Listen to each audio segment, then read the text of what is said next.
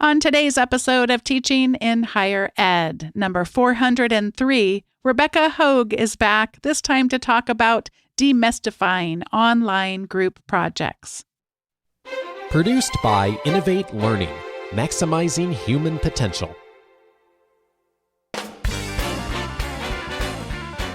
Welcome to this episode of Teaching in Higher Ed. I'm Bonnie Stahoviak, and this is the space where we explore the art and science of being more effective at facilitating learning. We also share ways to improve our productivity approaches so we can have more peace in our lives and be even more present for our students.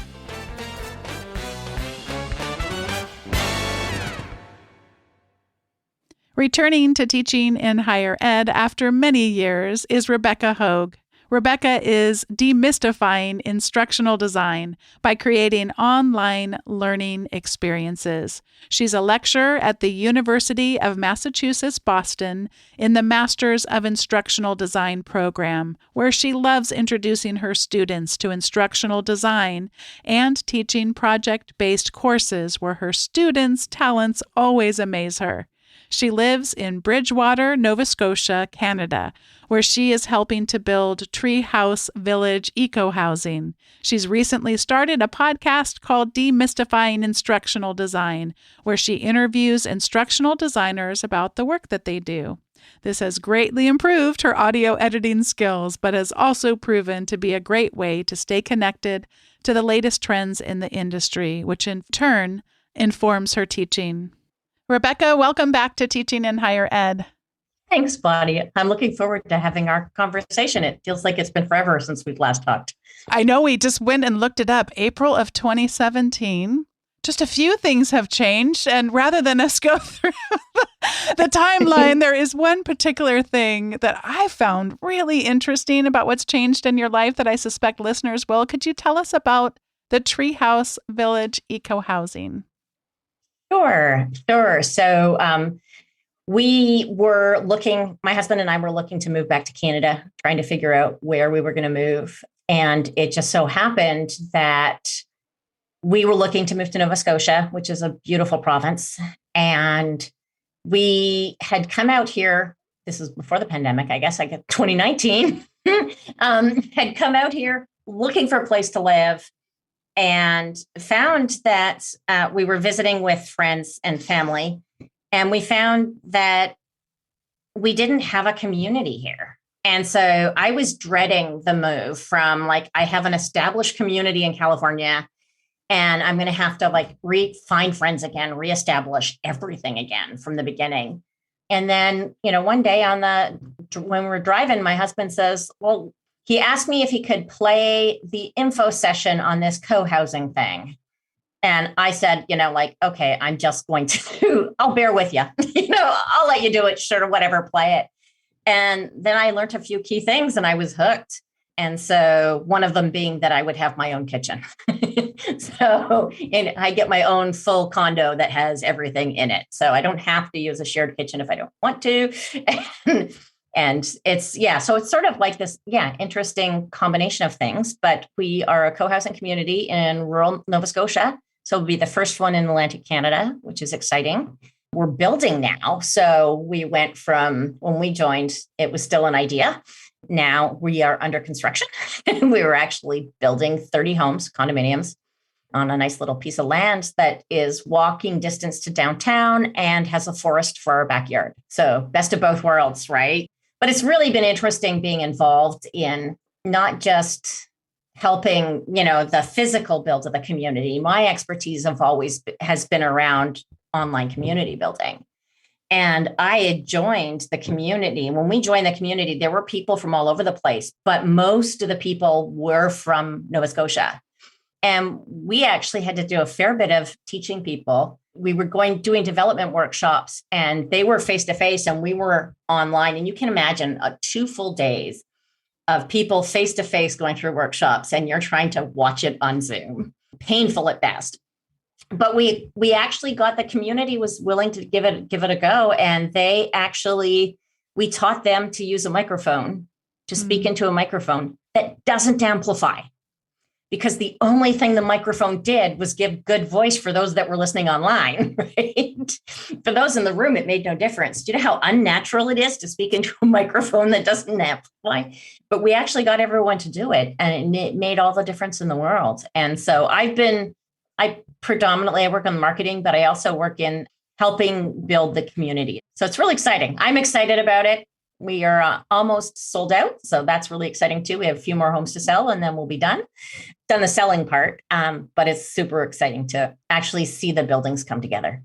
Oh, I'm so intrigued. I was intrigued to begin with, as you already know, but just the ways in which you've been able to bring your experience in building community online into this project. I was not aware of that. That was delightful to hear a little bit about. For today's conversation, we're going to be looking at what is hard to do in an in-person class. I mean, there's lots of questions around an in-person class. How do you have students embark on group projects? There's all sorts of things that it's fraught with peril at times. And then we put it in online, and those problems can be exasperated and new ones can pop up. So I'm so excited about you being able to offer your expertise. And for people listening, do want to say that you have written a blog post about this. You have an entire podcast about many of these issues and stuff. So lots of resources for people who want to follow up after today's conversation. But let's begin just by having you help us see a little bit. What have you seen to be some of the differences in terms of online teams versus teams and group projects that may happen in an in-person class? I think the biggest difference is that in-person, kids are taught this in school. So when they go through K to 12, they're taught how to be on a team in a face-to-face setting, right? They're not taught how to work together online. Even, and my students are mid-career professionals mostly, and they really they've never had that, how do I even do this collaboration online? Although I have to say, after the last year and a half, a lot of people are a lot better at it than they used to be. But really, I think that's probably the biggest difference, is that the students don't come into it with a lot of knowledge on how to do it. Like, how do we even figure out how to make it work? And when you're meeting face to face, it's easier to do things like just stay after class and work together, or come a half hour early and work together and see each other at, or talk at the break and catch up and whatever. And those types of things don't happen when you're working online, right? You have to be explicit about it, right? You can't casually bump into your teammates. You have to actually plan it. And that is one of the biggest differences. And it's also something that students don't necessarily realize right away. Another thing I know that you talk about and write about is that another thing that can get in our way is our egos. And how do you help remind students about the importance of leaving our ego at the door? And why have you even seen that to be important to do in the first place?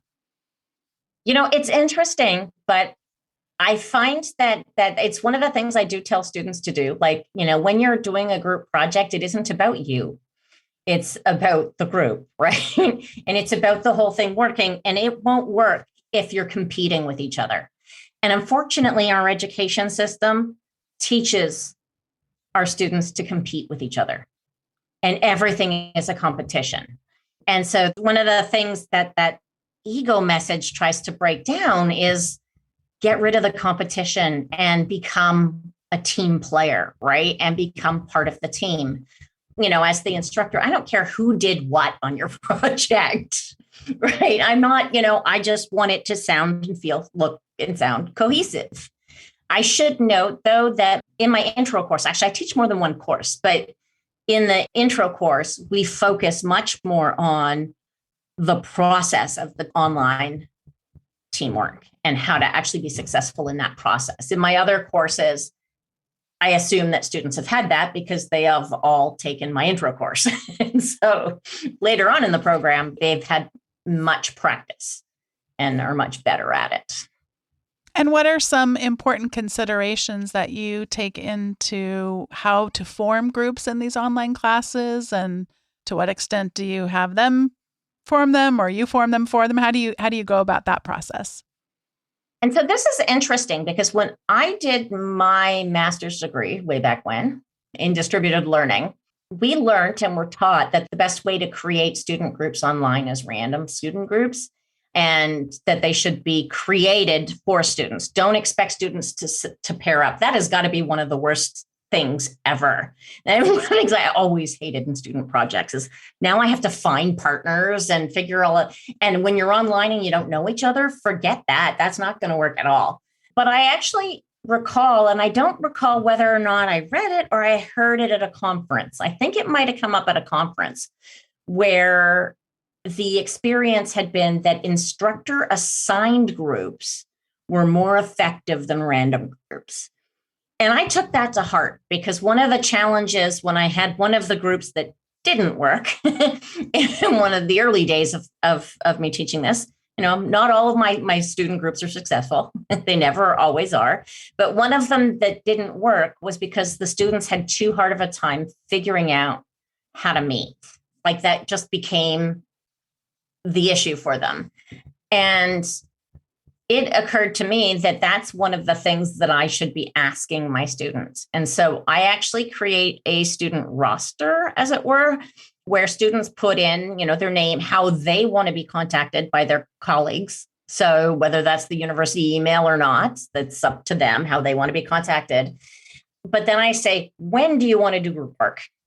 Is it evenings? Is it weekends? Is it weekdays? Because some of my students are getting paid to do their so they're doing their master's through work, and they're able to use daytime work hours to do coursework. And some of my students, that's, it's evenings and weekends. It's like, or it's after the kids go to bed or whatever, right? That mix. And so I get them to put that in there, but then I add a couple extra columns. I added a column of strengths, and it's sort of like, what are the things you can teach your colleagues? And then another column for an area where you want to develop more skills. I use mostly the column on when you're available because that's the number one thing that I need is make sure that I get students that are available. But then when I have multiple ways in which to mix students, I then go on to the next column of information to see if I can try and make sure that I get each project group has a variety of skills so that there's at least one person in the project group that likes project management and one person in the group that likes doing presentations. Because I think those are two of the key parts. And so if I can build the groups with a little bit of that sense, which actually mimics the real world a lot more than random groups do, right? Because you get hired into a job based upon your skill set and you pair with people with different skills, right? So it's a little bit closer to the real world as well. And I found I've had significantly more success. I still occasionally get groups that don't perform as well, or I rarely get a group that just really doesn't work. And typically when that does happen, there are other mitigating factors that I wasn't aware of when I did the assignment that cause those problems. I know another way that you help students is to help them in terms of determining meeting times for the groups. Do you have any suggestions for us on that? Yeah, so part of what I do is when I introduce teamwork, right, I have actually a particular online sync session where I have them meet their team members, do their first team assignment, which is their team agreement. I have them do them in breakout rooms, but I actually just leave the rooms open and I tell them, okay, we're going to come in, we're going to do this. And then I'm just going to send you to your breakout rooms. I will leave them open. You guys decide when you're going to meet next, how you're going to meet. You can do as much as you want, and I will just close it when I notice that you're finished. And then I just close things off at that point. That just gives everybody that first step, because the hardest thing for students to do, again, when they're meeting online and trying to do that teamwork, is that first meeting, right? Figuring out how they're going to connect and get together. And so giving them that through some of my class hours, as it were. I do very little synchronous, like 1 hour a week and not every week, but I do dedicate one for that because I think that that's an important way to get the ball rolling, as it were. And would you talk a little bit more about the group agreement, what it's comprised of and how it helps them be able to be effective in their work? Yeah. So I have them also talk to each other about their strengths and weaknesses. I think that's an important thing so that everybody knows everybody else's strengths and weaknesses. I also have them talk about how they want to work. They have to, at that point, say, okay, when are you meeting? How often are you meeting? How are you meeting? What technologies are you going to be using to communicate with each other? What are your expectations of each other?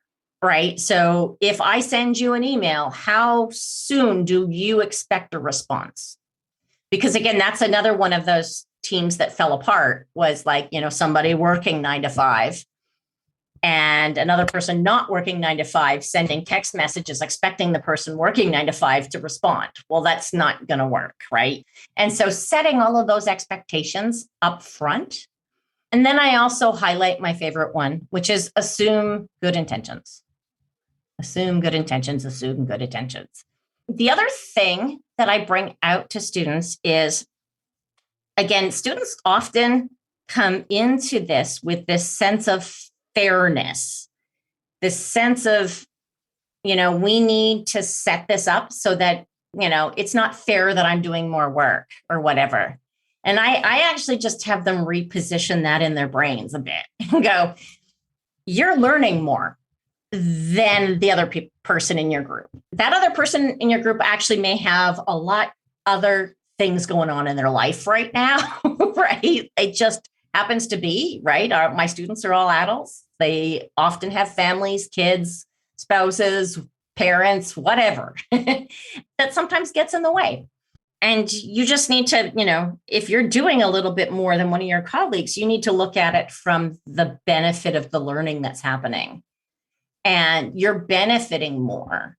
So you're gaining more out of it. And to stop thinking about fairness as everybody does the same work and think about it, again, more on, you get what you put into it kind of thing. And so that you're benefiting by doing more, not getting taken advantage of. A big part, of course, of this kind of group work is going to involve collaboration. Would you talk about some of the collaboration types of tools that you invite them to use in the process and how you go about that?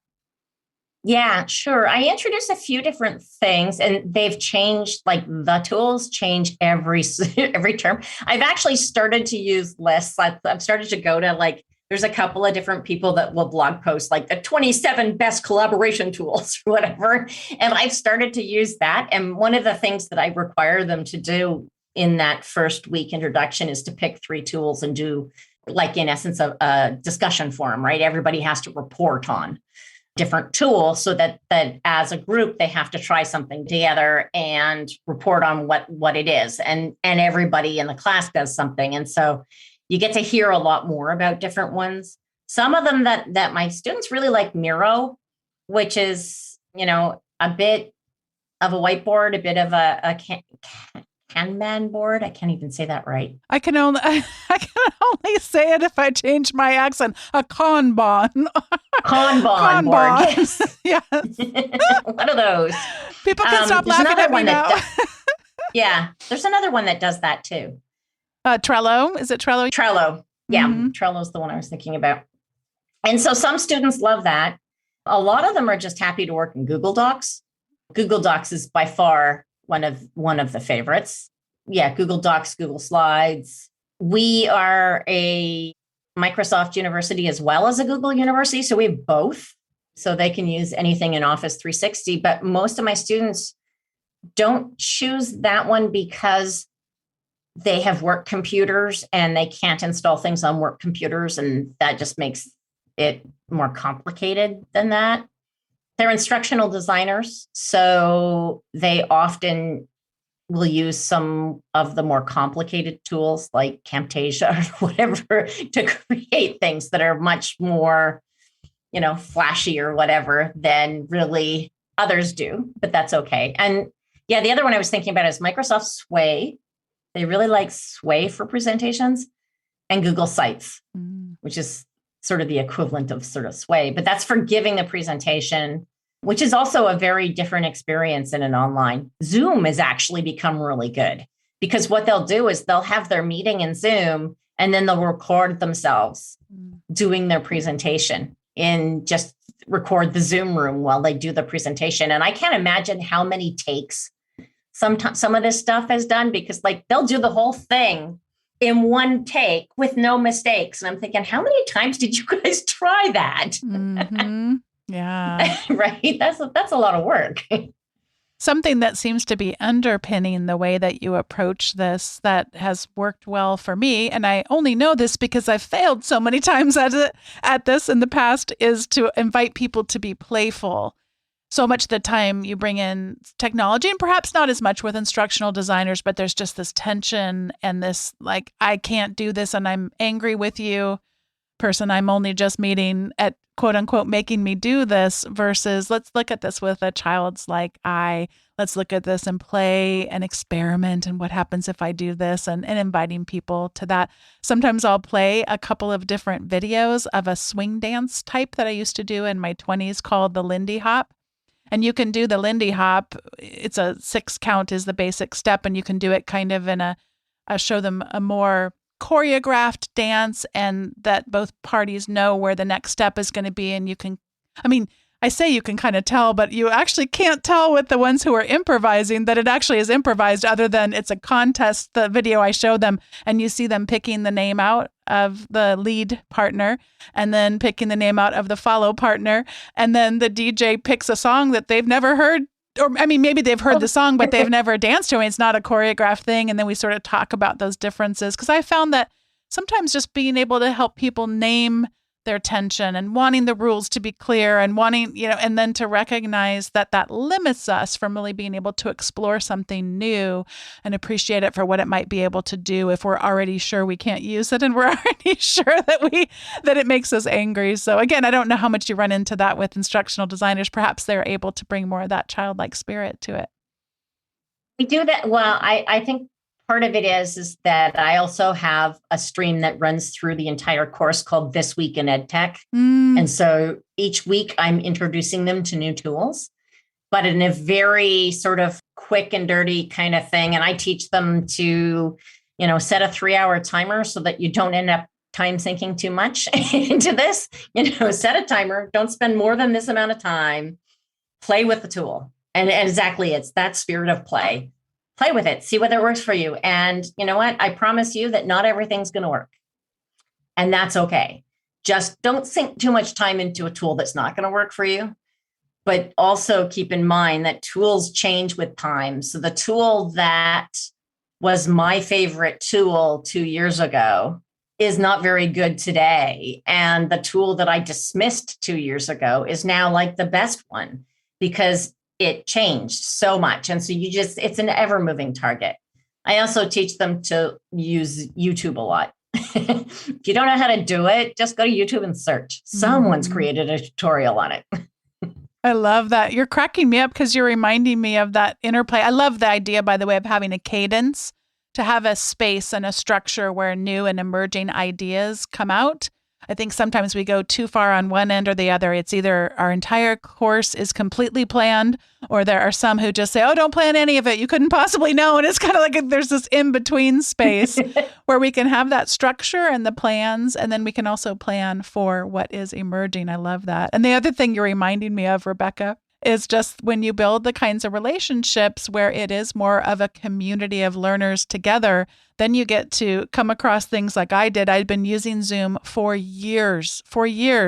And I always introduce, how do we share our screen? And then what happens when someone else shares their screen? And because I had so many people talk about that Zoom just takes over their screen and goes full screen, they don't know what to do. They don't know about Alt Tab or Command Tab to get back, to their other applications. So then I would show them, okay, so you go up here and then you click up here and then you get out of full screen. And a student says, well, I always just press my escape key. And I'm like, all those years of using Zoom, I had no idea that when it goes to full screen, you could just hit your escape key and it takes you out of full screen. And if I didn't have that space of playfulness, and they were actually shocked. They couldn't believe that I'd been using Zoom. And of course, I know everything, I say sarcastically, that they were so shocked that's possible. Yes, that happens all of the time, every day without fail, that when you have that orientation of experimentation, by its very nature, you're going to uncover a lot, and especially when you're in these kinds of special communities that we get to be in. So, Well, I'd love to have you talk a little bit then about, as you're then closing down these group projects, what kinds of self and peer review do you have them conduct, and when do you do that, and what does that look like? Yeah. So I have a form that I actually inherited from another instructor that I give them at the very end. So after they've submitted their assignment, all of that's done. And then there's just a small portion of the team project that is given to the peer review part. And I have them tell me, what did you do for the project? And how would you rate your, so on the table where you're rating your colleagues, I need them to write like a paragraph and then rate their colleagues on things like timeliness and who did what or like participation and these various things. And I have them rate themselves as well as their colleagues. And more often than not, they're harsher on themselves. And also often I give them full, like they might give themselves 4 out of 5 and I give them 5 out of 5 anyway, right? Because it isn't really about that. But where that helps is if there really is somebody who is lagging or who is disruptive to the team, it gives me an opportunity to figure out how and why they were disruptive to the team and give them meaningful feedback so that the next time they're working on a team, they know what they shouldn't be doing. And often when the teams fall apart, the person that didn't collaborate well usually knows it and gives themselves a lower mark, but not always. Sometimes they'll give themselves like a full mark and I'm like, but their 2 colleagues or their 3 colleagues gave them really low marks. And I'm like, yeah, okay, so I can deduct some marks for this, which will cause you then to read my feedback because then you'll know why I deducted marks. And I can give them some tips to help them be better teammates in the future, because I know that this is a skill that they're going to need to learn and use. And throughout our program, like at least half, if not more, of the classes have at least some form of team project. And so it's really important that they do learn how to be an effective teammate. And then what do you advise as far as the scope of group projects? Should these be smaller projects, big projects, something in between? I think that a successful group project is one that an individual can't do themselves. So it has to be doable, first of all, that the project can do it. And so in some ways, it's got to be small enough that you have to allow for all of the extra time it takes for collaboration in order to produce it. But on the other hand, it has to be big enough that you don't want students coming out of it saying, I could have done a better job myself.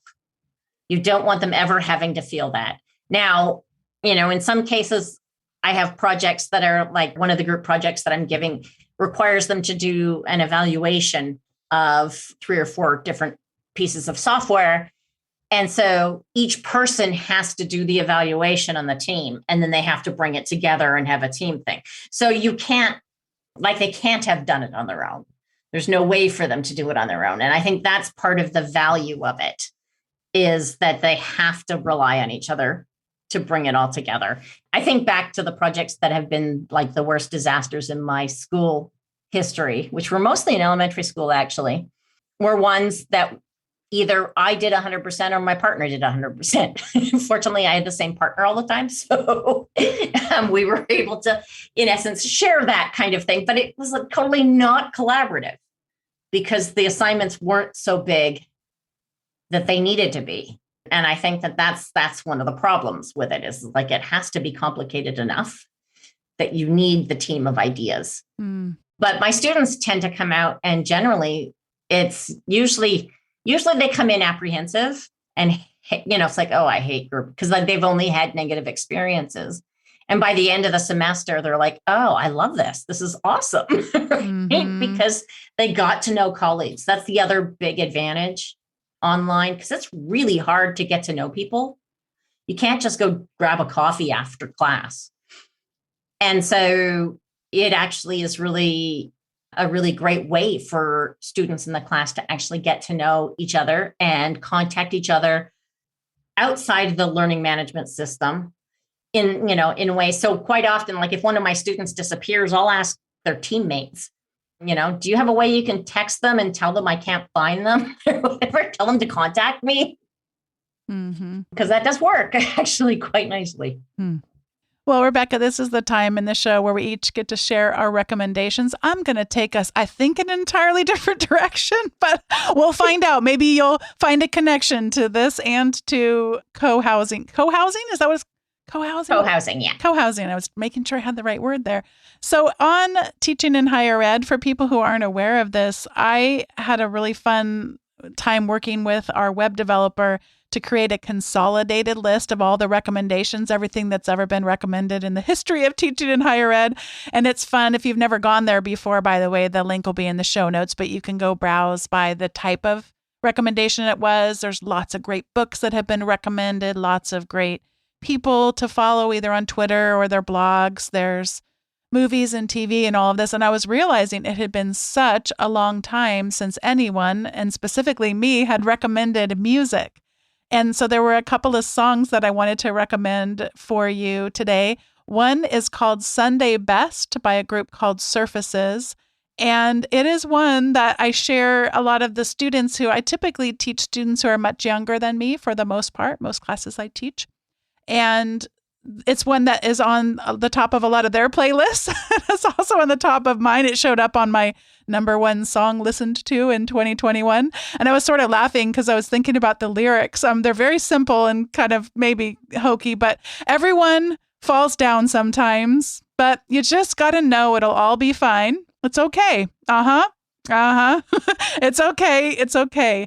Everyone can be a better day despite the challenge. All you got to do is leave it better than you found it. So it's one that always picks me up when I'm feeling blue. That's Sunday Best by Surfaces.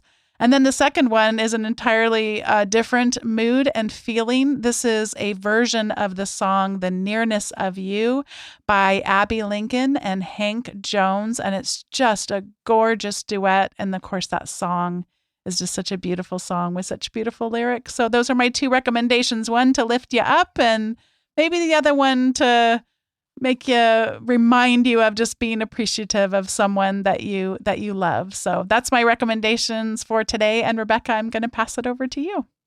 Well, thank you. So I have an interesting recommendation here.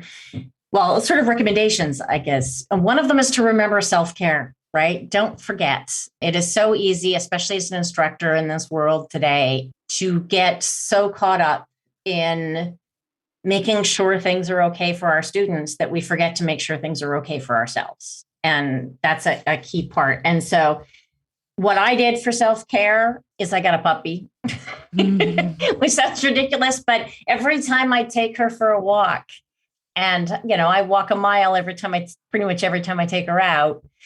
And every time I do that, I say, you know what?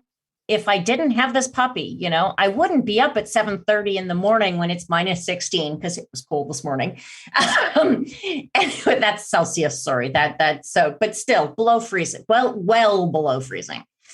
Out walking in the cold, but watching the sunrise when the sun is coming up, right? And it's just beautiful outside and it's tranquil and whatever. And I'm like, I wouldn't have done that had I not had this puppy that needed to get up first thing in the morning and go outside and go for a walk. And so I found that, that getting a puppy has been probably one of the best things I could have done for self-care and both mental and physical health. Oh, I love both of these recommendations. And Rebecca, I'm so glad to be reconnected with you. I feel in some ways we've stayed connected, but just to get to have another follow-up conversation after all this time has just been such a pleasure for me to do that. Excellent. Can I plug my podcast? Absolutely. Please do. So although it's very niche, I teach instructional designers. And so my podcast is called Demystifying Instructional Design, where I interview instructional designers. So if you're an instructional designer and you want to be my guest, you can go to my website, demystifyinginstructionaldesign.com.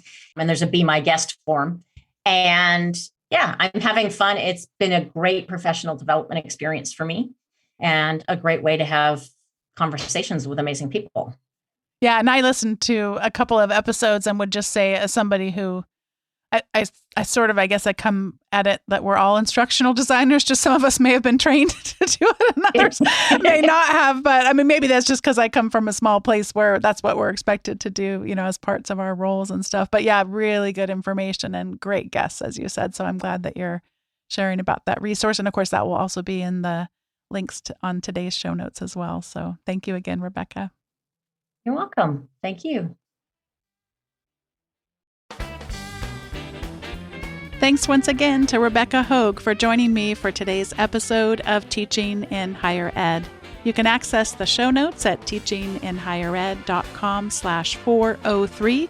You are also more than welcome to head on over to teachinginhighered.com/subscribe so that all of those show notes come to you once a week as the most recent episode show notes, along with some other recommended episodes, some quotable words, and recommendations that don't show up on the main podcast. So again, head on over to teachinginhighered.com/subscribe, and I would look forward to staying in community with you through that additional means. Thanks for being a part of the Teaching in Higher Ed community, and I'll see you next time.